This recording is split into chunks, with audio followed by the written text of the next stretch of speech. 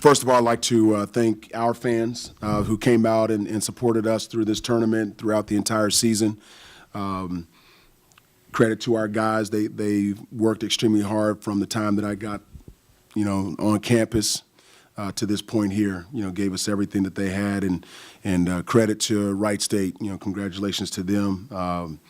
Obviously, we went through the conference schedule, beating them twice, and we knew it was going to be a tough battle coming in here. I thought what it was in tonight's game, it was started out as a frantic pace, and our guys really wanted it. I know Wright State's guys really wanted it too, and I felt like we put a lot of pressure on each and every shot, each and every defensive stop and possession. But that just shows you the heart and the tenacity and the want our guys have in wanting to win so badly. And I give them credit for that, because they definitely deserve it. Nobody expected us to be here, and but there's a lot of things to take out of not only this game but also this entire season. So I want our guys to be proud of who they are, their character, what they represent, and that's being the best men they can possibly be for their families and also for the community of Milwaukee and the campus there. So I'll open it up to questions.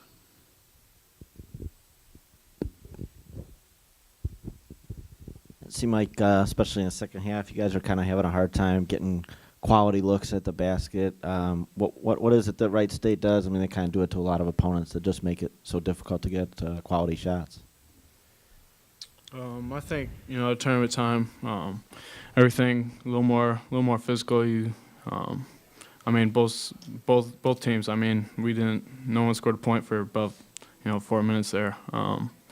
Just a little more physical. We didn't handle that very well to start off with, and just kind of got hard to get in the groove.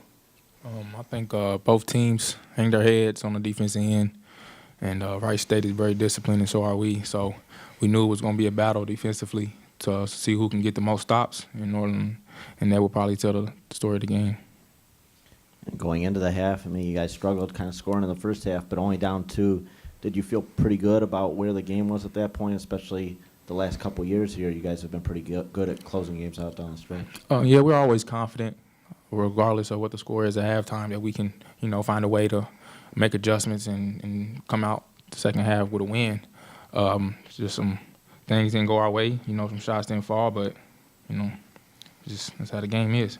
Coach, it looked like you guys came out and tried to double Love more in the second half. Was that kind of the thinking to eliminate him and make the other guys try to beat you from the perimeter? Well, we still didn't want to commit a lot of guys in there, but he's so big, and when he gets 5 feet from the basket, naturally you're going to draw guys in there. So that's what we told our guys. If he gets that close and you're around there, you have to, make a concerted effort to, surround him a little bit more. Make his shots a little bit more difficult. So we didn't want to double. I think it just happened that way. We didn't want to get beat from the perimeter of those guys shooting threes. With all the missed shots there were, it's kind of surprising. He only had 1 rebound in the second half. It seemed like more. But I think the big thing, there was a lot of missed shots, and in this game it's about the timely shot. And I thought Wright State at the end, I think Hughes had a big 3 in the corner, and that was a timely shot for them. Both teams weren't making any shots, but they made the plays when they needed to. Coach, one more thing on Love. That kid's a real load, isn't he? Yeah, he's a really good player. That's why he's all league. And, they got a good player in their hands, and he's going to be a great force in this league, in his time. And Bell really carried you guys down the stretch, right? Well, I think Brock and JB, Bell, really have done a great job from the perimeter for us, being some really good scorers in late game situations. We can go to them, and Bell has proven that throughout his career, and I think he's taken it up to another level.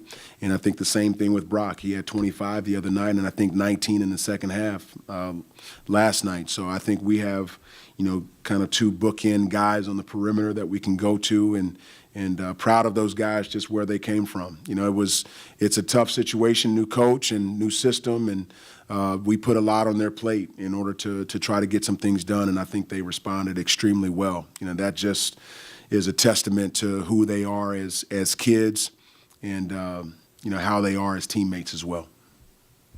From about 5 minutes left in the first half to the first 5 minutes of the second half, you guys missed 16 out of 18 shots. Did you feel like frustration set in with your guys? Did they get out of what they wanted to do, or did they stay with it and just couldn't get shots to fall? Well, first I'll give credit to Wright State and their defense. I think that's part of it. And then I think, in games like this, when you want it, there's so much on the line, there's so much riding on it.